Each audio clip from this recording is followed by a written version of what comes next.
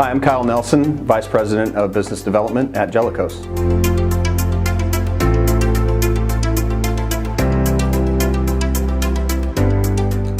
I really think they're perceived barriers, frankly. The four that come to mind would be flexibility, cost, staffing, and security.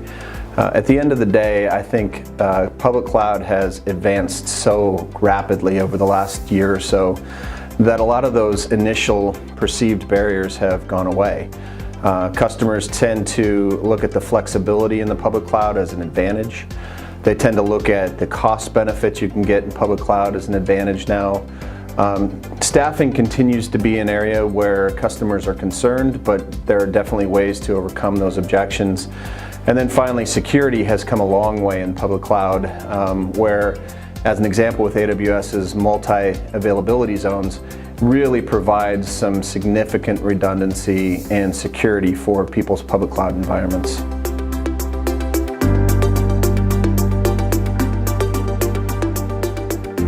Sure, I think at the end of the day, customers have perceived security concerns around data in the cloud because they're uncomfortable moving their data, their corporate data, their treasured intellectual property out of either an on-prem data center or in some type of colo where they can actually see the blinky lights and it means something to them.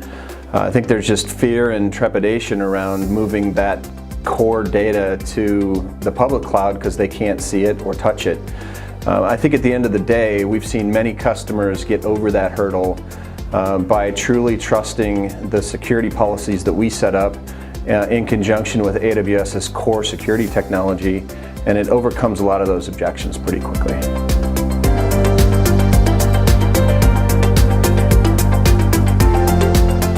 Well, there are many things to think about when it comes to cost consideration with AWS.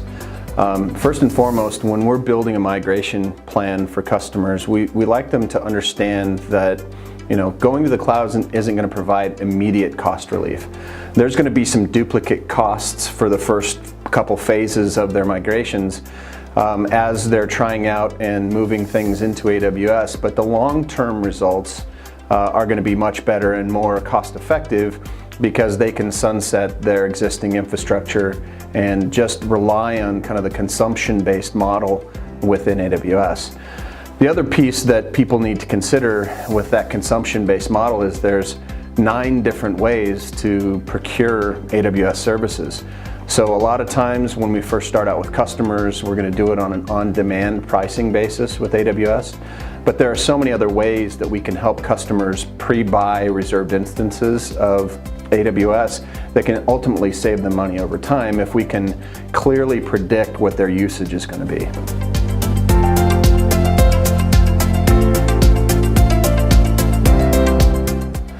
I think there's a feeling out there that going to public cloud may eliminate or reduce people's importance at a customer's IT organization, and that's really not true. What we've seen from customers is it's more of a retooling of skill sets.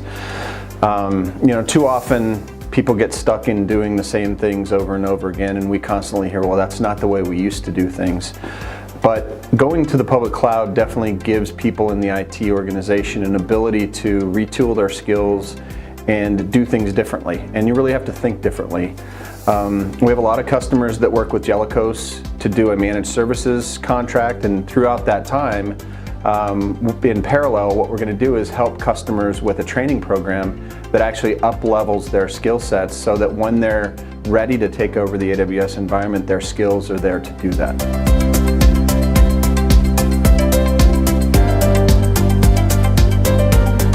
There are multiple entry points into the cloud.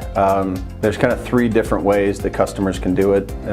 The first being just dip your toe in the water and try things. And I think that's the beauty of AWS is there's an ability to go try things with AWS without incurring a lot of expense. You can go spin up an instance, try something out, do a proof of concept, do some type of pilot, and then you can spin it down to either determine if it worked or just shut it down altogether because it didn't work.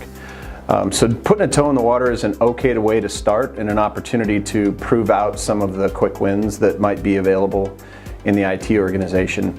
The second would be kind of a midway migration path. So they are going to do a lot more than just dip their toe in the water, but they have a very clear set of objectives that they want to accomplish when they're doing some migrations into AWS, and they have a clear way of measuring some of those results.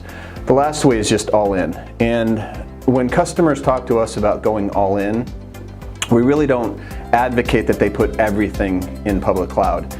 Some applications, some infrastructure needs to stay in some type of private cloud or on-prem.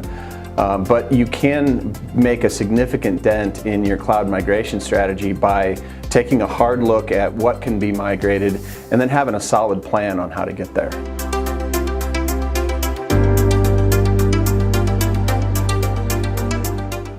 Most customers that we're dealing with today know they want to get to the cloud, but they're not really sure how to get there. And they really need some help in building a clear strategy and migration roadmap to move their operations to the cloud, which is why Jelecos built the Jelecos Jumpstart, which is a way to build a hardened AWS landing zone with best practices built in to get them off the ground and really build a strong foundation for them out of the gate, so that as they grow and as they build and move additional workloads to AWS, it's done in a very best practices from an industry perspective standpoint.